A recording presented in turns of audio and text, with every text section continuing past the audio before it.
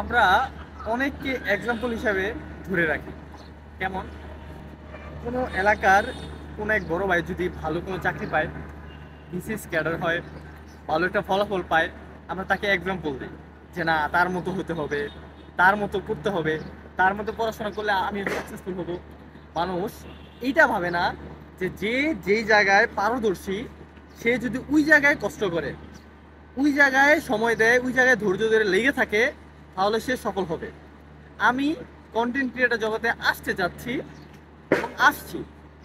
সফল হব কি হব না, তার জন্য আমাকে লেগে থাকতে হবে। যদি আমি লেগে থাকতে পারি, তাহলে আমি সফল হব। আপনারা যে যে জায়গায় কাজটা করতেছেন, ওই জায়গায় সময় দেন, লাগেছেন, নিজের সর্বোচ্চটা দেওয়ার চেষ্টা করেন, তাহলে আপনি সফল হতে পারবেন।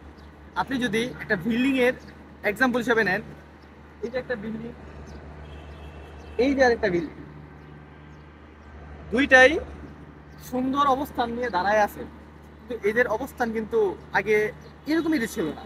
এটার উপর মেহনত করা হয়েছে, কাজ করা হয়েছে, কষ্ট করা হয়েছে, অর্থনৈতিকভাবে এটারে সচল করা হয়েছে, বিদায় এই দুইটা সুন্দর অবস্থা নিয়ে দাঁড়ায় আছে।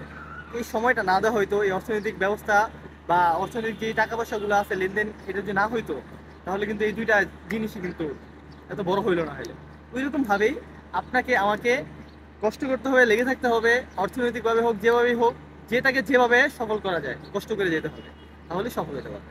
তবে ভালো থাকবেন, সুস্থ থাকবেন। আসসালামু আলাইকুম।